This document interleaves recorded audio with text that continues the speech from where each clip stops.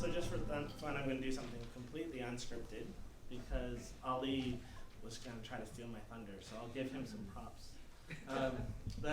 This is a terrible image, but later if you want to see it on my screen, these are just trip starts at automatic, so 1 pixel per trip start rendered in Databricks Cloud. This is a VGA monitor, so it's not going to look quite as good, unfortunately.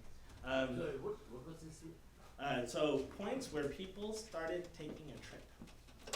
So I'll show you guys later if you have any interest. And here's actual us running on our entire data set, which check engine lights are actually affecting users. So if you want to hear about some Databricks stuff, I'd be happy to tell you about it. But I'll give the real talk first.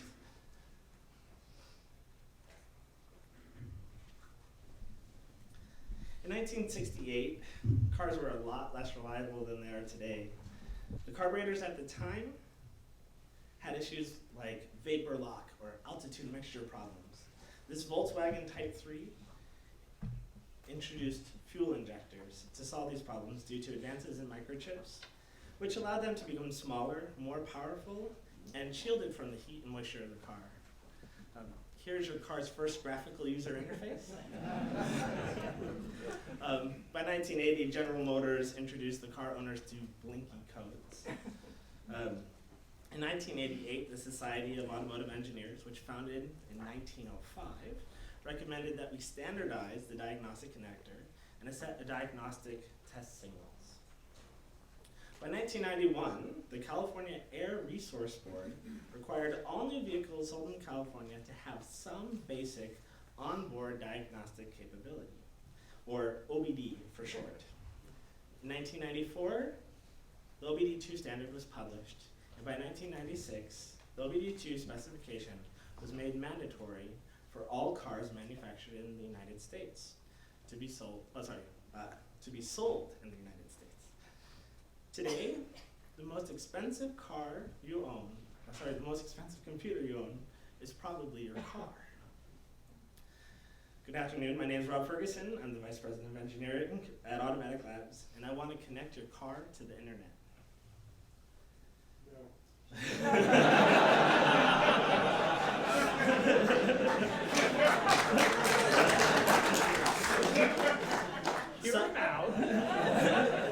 Some of you aren't going to want to.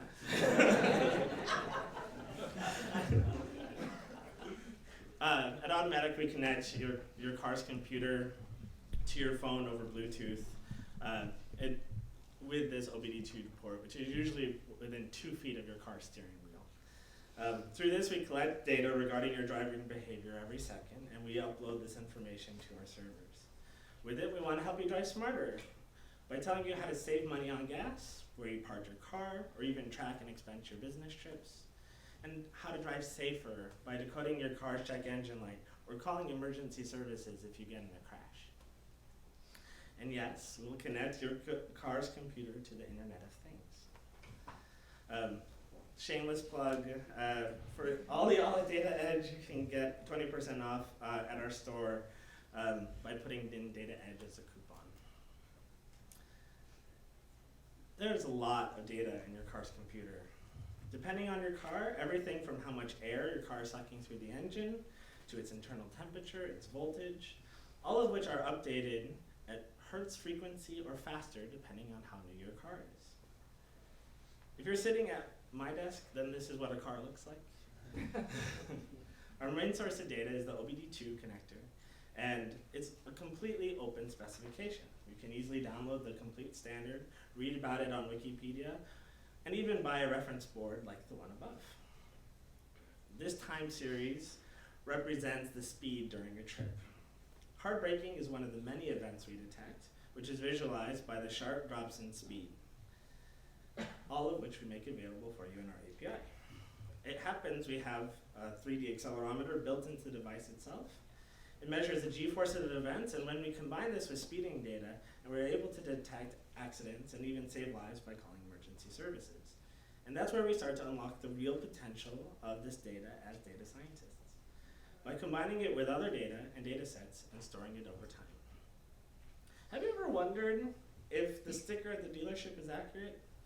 It's calculated by what's called the EPA drive cycle, where they simulate how the expected average person will drive by putting the vehicle on what's called a dynometer, which is like a ramp. But do people actually drive that way? The EPA isn't measuring vehicles in the field, and a large part of the testing is self-policed by the industry. The good news is your car might perform just like the EPA test. But in the case of these sports vehicles, people are often driving under load or have optional roof racks, which increase their drag and decrease performance. As you start gathering this data over time, you can learn a lot about the way you drive. This graph picture shows an automatic employee who has a bit of a lead foot. This heat map shows acceleration at given velocity over time. And we can see that the driver is hitting the gas a lot at city speeds between 20 and 30 miles an hour. Compare that to this driver who drives very smoothly. Not only are they saving a lot of money on gas, but it's easy for other drivers to predict how this person will drive. But your car isn't just limited to the OBD standard. Depending on the make and model of the car, there are a lot of popular protocols and connectivity standards. The most popular of these is the Controller Area Network, or CAN bus.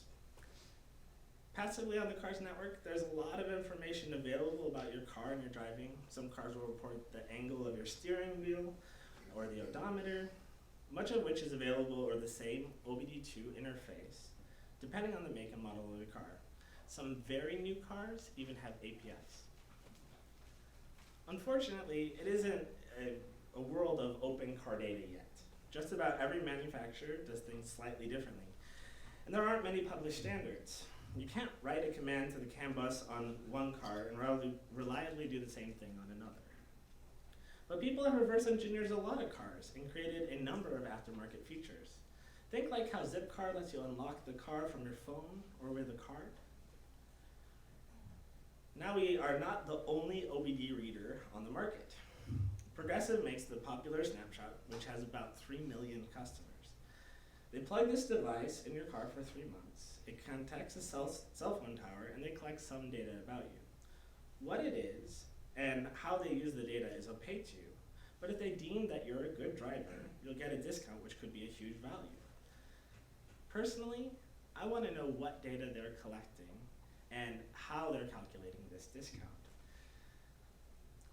Turns out some other people wanted to know this too, and Progressive and a competitor were found that they were sending unencrypted communication about what they were collecting, which led to just a few inflammatory headlines. Now, there haven't been any malicious car attacks publicized to date, and the hacker demonstrated that he could unlock your car door. But let's face it, an insecure connection to the internet is bad. You know, think Windows circa 1995. The car mechanic, your insurance company, your manufacturer, the red light camera, your cell phone. A lot of people know a lot of information about your car already.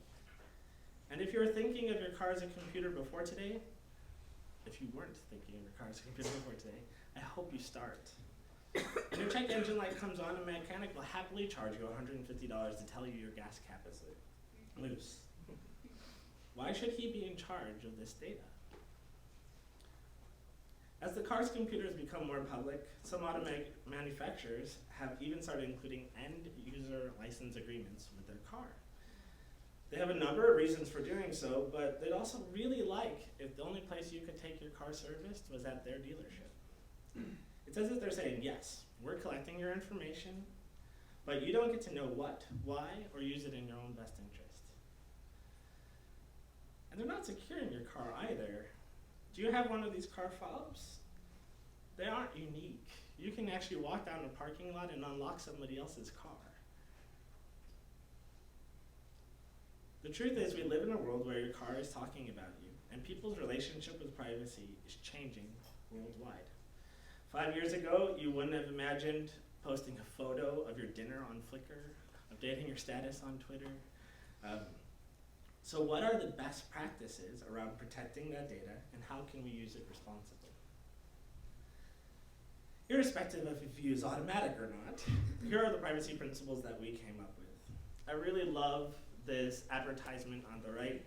It's from the 1912 Republican Convention in Chicago demonstrating the automatic telephone. The major selling point was that dial tone service allowed you to circumvent the phone operator so no one would know whom was calling whom. Today, in the modern automatic, we want to protect your data, but also leverage it to generate new products and services for our customers. All of our devices have unique encryption keys. We publish our privacy policy in plain English and tell you exactly what data we are showing on your behalf. And I think other companies should start doing the same. If a service wants to access your data, they should post in plain English what data they ask for, and it should be up to the individual if this information is going out. We recently tried a pilot program with an insurance company, but we insisted that we show everything that went into the calculation on if they think you're a good and safe driver or not, and exactly what percentage of discount you would get for those pieces of information. But as a data science, I want to make the next generation of data products and insights to improve the driving experience, but without compromising the user's privacy. Have you ever wondered what state people want to get out of the quickest?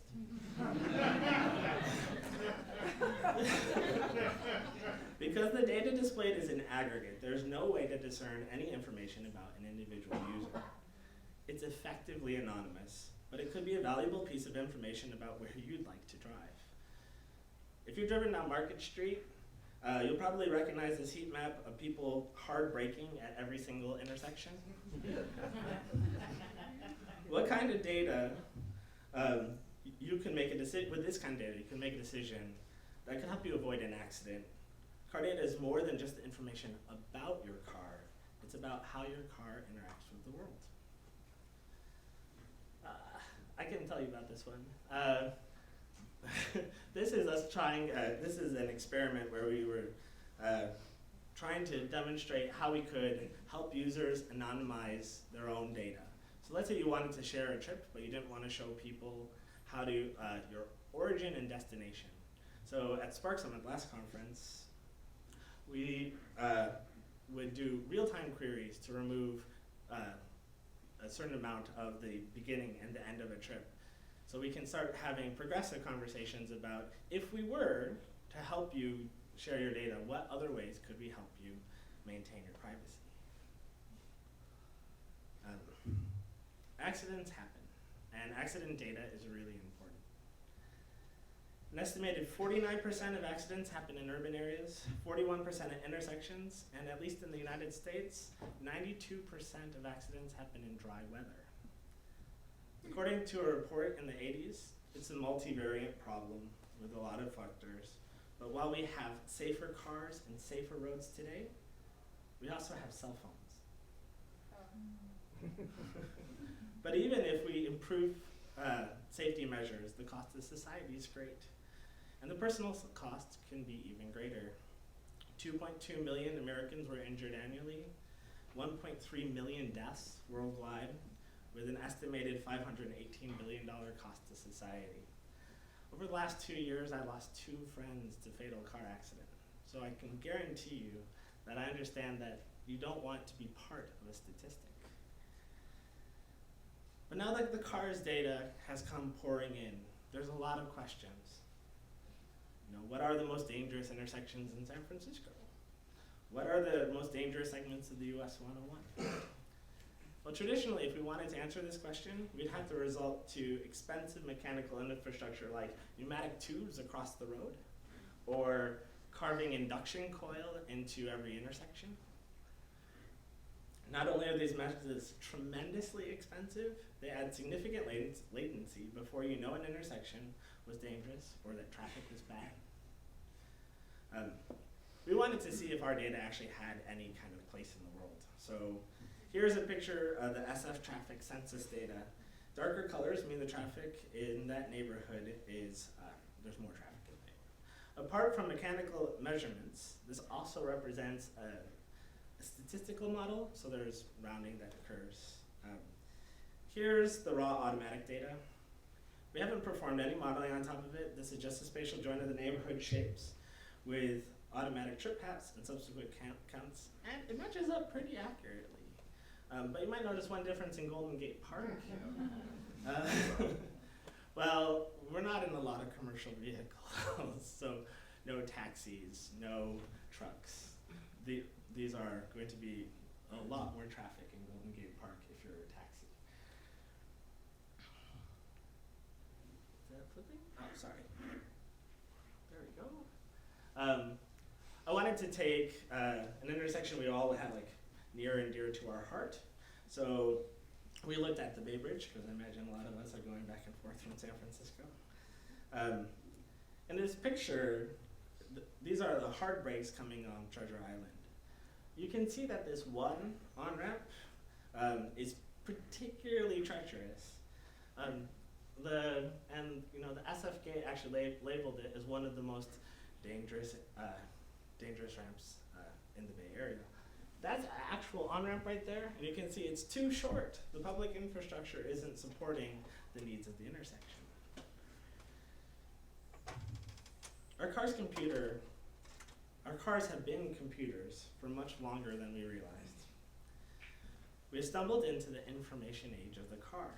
Today, it's unclear who has access to car data and how they use it. It's time drivers take control of their own data, and together we can drive safer and smarter than ever before. That's all I have for you today.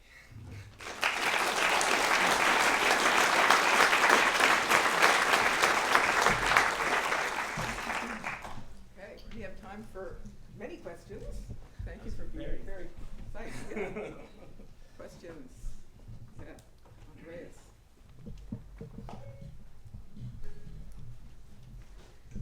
I'm always interested in how you can change the behavior of people based on the data you present.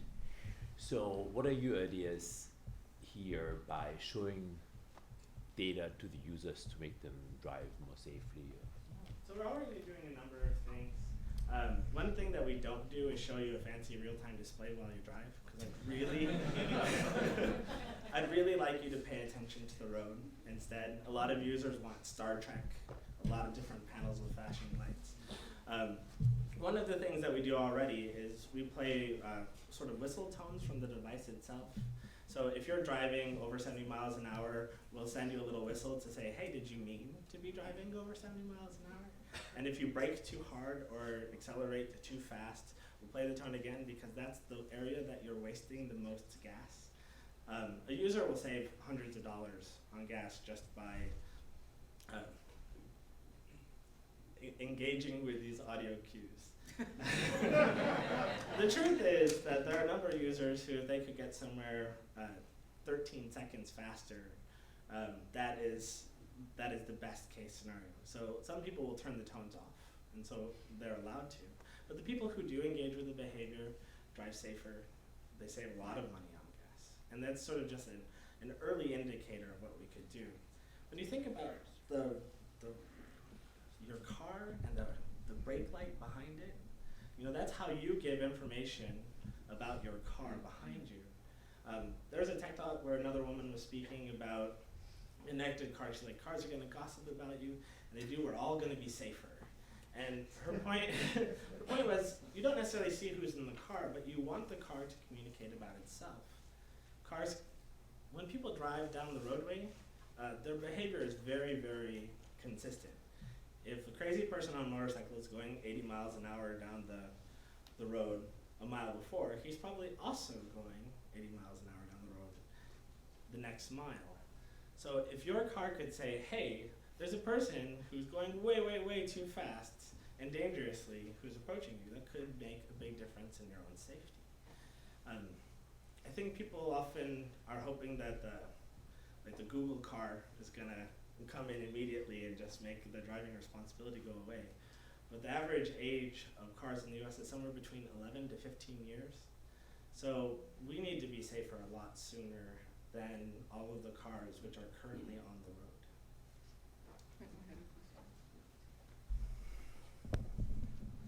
You must have many, many companies approaching you about this data for all sorts of fantastic offers they might make to your clients.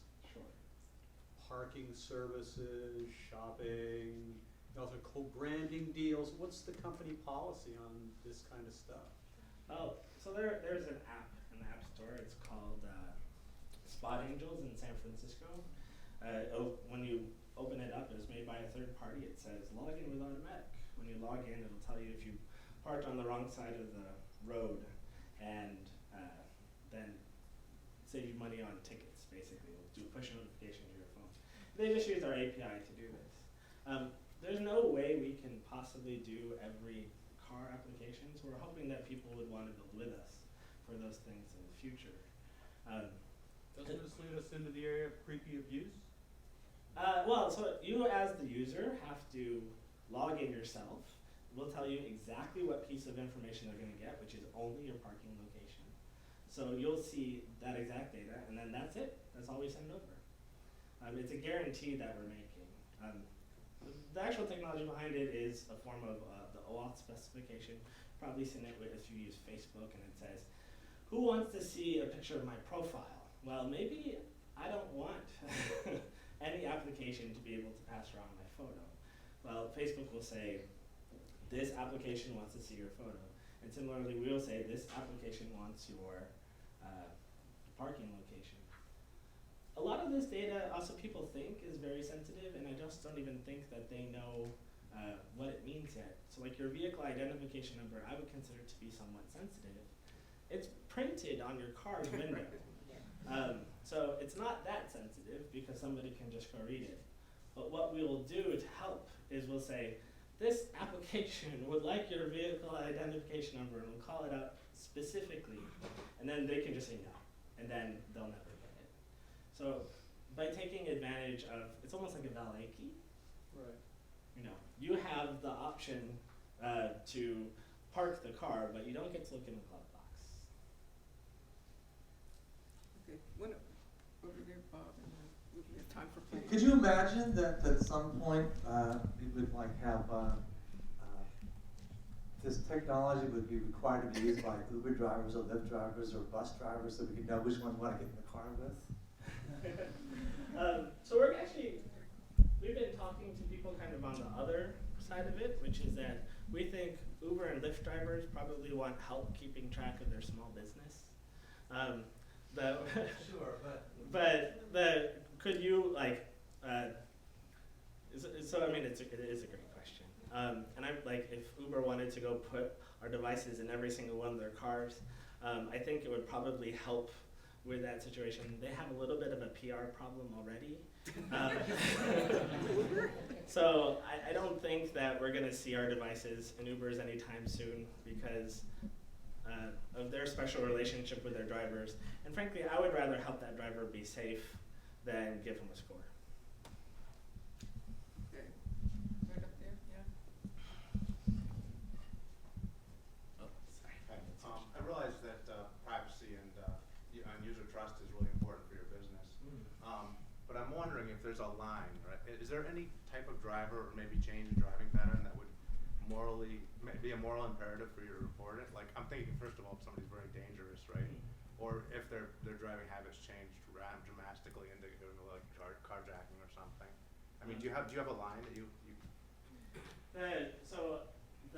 We don't look up individual users' data ever without their express permission. Like, there's something wrong, there's some bug. Would you look at my data for me? Or unless you work at Automatic, in which case you can have a personal account and a work account, and I'll definitely look at your work data.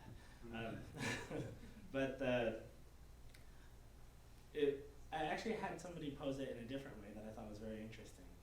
If people who are good drivers start getting deeper and deeper discounts based off of their actual driving and not the color of their car, then you're going to start having pools of people who are driving safer and more responsibly because the insurance cost to have the unknown driving is going to get incredibly expensive. They're going to self-select.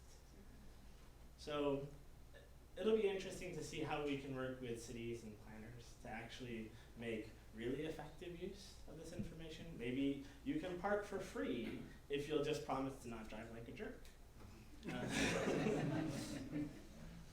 So that brings an interesting question, right? Like the whole model with which insurance works is, they kind of distribute the good and the bad, and to do what the finance industry did. You mix it and sell it, and you're set, right?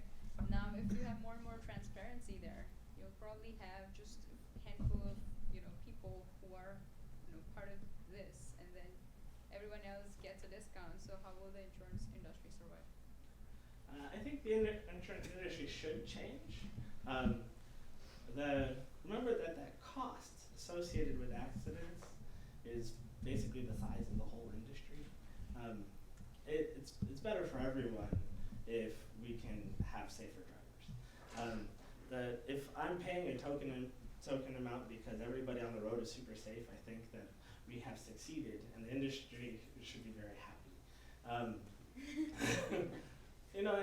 We're changing our relationship with insurance too.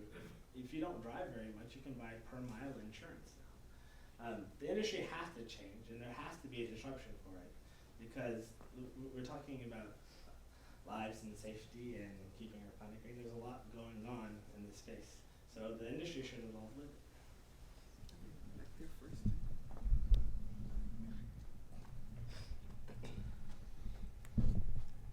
Hi. Have you quantified or modeled actual user behavior alteration? I mean, do you have studies of that? How does it work? How does it not? People who engage with the tones will often say, like, I drive like a grandma now and it's great. That's what I'm saying, is that's hearsay. Right? That's them telling you you're not actually. No, but so we can look at the data in aggregate. We can say that the people who leave them on, they have higher drive scores, they're driving smoother, more predictably. We could quantify just how much money they saved. And do you have a percentage of the population that behaves in this way, and then are there how many drivers totally ignore that? So interestingly, the more we're featured in like super tech, I would say like car magazines. People who read car magazines are not typically engaging with that as much because they are driving more for fun. Truthfully, it's changing quite a bit over time. So I don't have a great answer for you. I could show you like the initial study that we did where it's like great, because the people who were engaged with it were people who wanted to save money on gas because that was the primary function of the application at the time. Since then, we're giving you a lot of other things, calling 911 for you, telling you where to park, this kind of thing. You're going to get a broader distribution of users. Stay tuned in a couple of years. Okay. There's one to your left right there. Yeah. Yes, I was just wondering if you played with correlating individual driving patterns to probabilities of accidents in order to challenge what's now commonly understood to be safe driving, which might be wrong. You certainly have the data to do that. Yeah, so we took all the San Francisco city data where there are crashes and bike accidents, and then tried to correlate them to where people had greater percentage of like unstable or hard braking.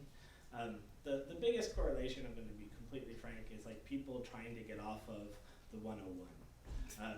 As people are, that major deceleration is going to have the biggest factor. Areas that are more populated are going to be a much more likelihood of it happening. There are some places where you can clearly identify the public infrastructure is bad. And the problem is, a lot of times, at least in San Francisco, the lawmakers know it's just very slow to make actual changes in public infrastructure. But wouldn't it be great if your car could say, please take the most boring ride possible today by following this route instead of just the fastest? But I meant more like individual driving patterns and sort of what DMV recommends us to do. So, the notion that driving slower is safer, or keep 3 car lengths because that's optimal, things like that might be completely false for all we know. You guys are in a position to challenge. Can we challenge them? Because I think in some contexts driving faster is safer. Yeah, I mean, sure. You are and what you're doing. It's complicated, right? At this point, we haven't had enough accidents where I can say like, here's how to go avoid an accident. We have actually had people. We had a poor kid in Kentucky who flipped his car, got knocked unconscious. We have some incidences, but for the most part, people drive pretty consistently safe. We have good infrastructure in this country. When we go internationally, I think we'd probably see more because the infrastructure doesn't support it as well, so you would have better data. Hi, thanks for the presentation.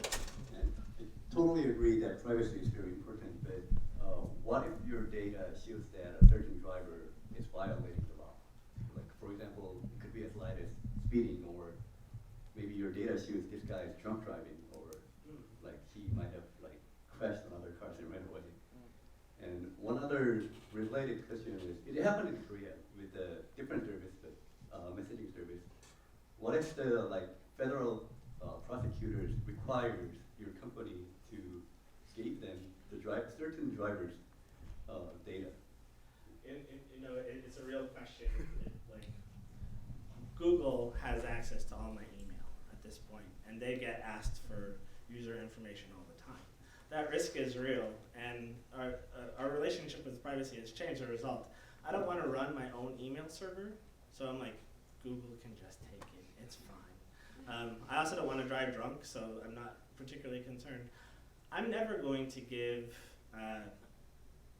willingly user information. I'm always going to tell them exactly what I do. And the industry standard for this is we need to report as much about this sort of behavior from governments as possible. And so we'll follow suit. Google, Twitter, a bunch of companies are now actually, every year they publicize exactly those sorts of asks. And of course this is what we have to do as well. But it's your data. You should get to decide what to do with it. And so if we take that stance, then I'm not going to just report on it for you. Hopefully I'll encourage you to make very good decisions, but you have to be responsible for your own data.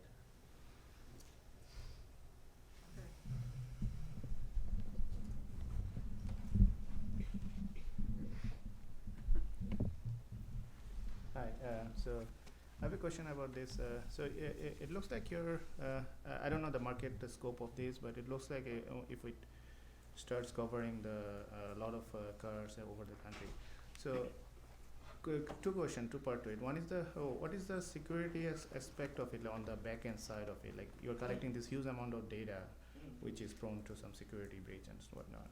And then another aspect I wanted to understand is, who owns the data? Like, will you be, if someone wants to do some research on this huge amount of data, is it accessible to public, or is there an ownership issue?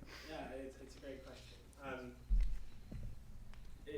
If we were to try to make a data set accessible, which is, I think would be great actually, you have to go through a number of steps to try to anonymize the data.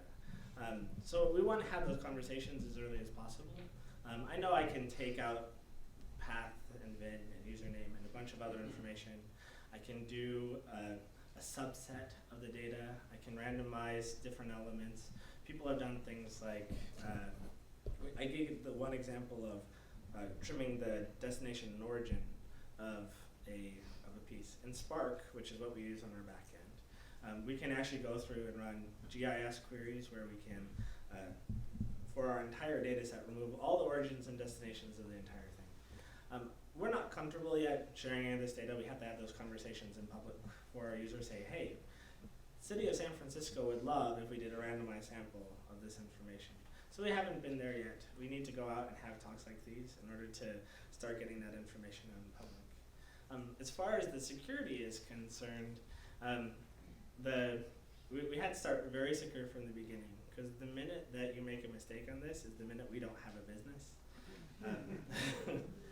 Progressive, I think, lost a lot of customers when there was just like, oh, we're broadcasting this in plain text. Some people know that and still sign up for the device because they're like, well, car insurance is expensive, and if I could save, $100 a month, I'm going to do it. So a number of different actual back-end technologies. It's really specific. If you want me to talk to you more about it, I'd love to sort of after. I will say that all of our communication is SSL. Every device has a unique encryption key. The actual database itself is encrypted. We're on the AWS cloud, so is the US military. So hopefully if it's good enough for them, that it'll be good enough for us.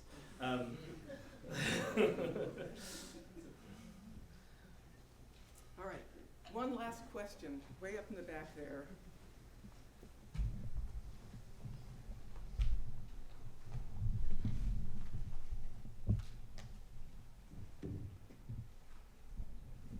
So you mentioned the Google car. What do you see as your long-term trajectory as that kind of system, the autonomous driving systems, become more commonplace?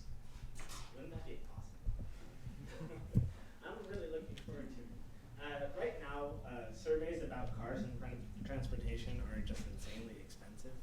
If you wanted to be like an OEM, like Ford or something, and you wanted to figure out how your vehicles were behaving on the field, we can say, actually, you're getting tons of MIL lights or something in the future to help them make better decisions.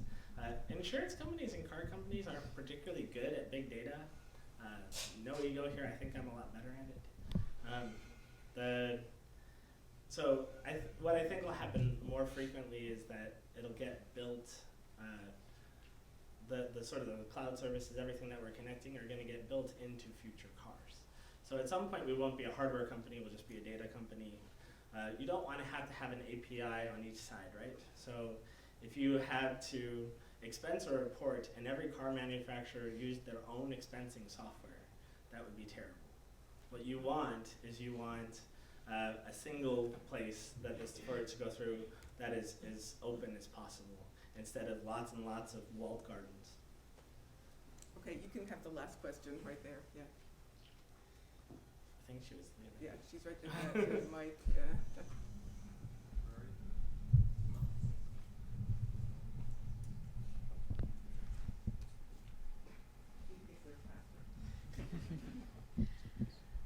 Thank you for your presentation, and sort of along those lines, so the government, the Department of Transportation came out with a requirement for all cars going forward, and from 2 or 3 years from now, they'll be required to have something called V2V, vehicle-to-vehicle wireless technology, that will automatically transfer information about their GPS location, heading, speed, and a bunch of other things to other cars nearby. And the focus of this program is to reduce accidents as well, but since the data is, as far as we know, going to be unencrypted, and it's a requirement, not an optional feature like your program is. So what are some of the initiatives that your company might take to sort of bring us into a more of an optional, opt-out, opt-in model with these government regulations and mandates? The government regulations on cars are incredibly complicated. The technology for a car to essentially shoot a laser at another car to let you know that you're too close to it, it's super cheap, but it's actually illegal in the U.S. The answer is that we actually have to go out and start talking about it. And people don't want to talk about your car's data right now. They don't want you to think that it exists, because they don't want you to basically, none of the characters in it, not the mechanic, not the insurance company, want you to think of it as a computer yet. So the only way we can do it is getting the information out there more and start asking for people to consider our privacy. All right, that's a great note to end on. Thank you so much.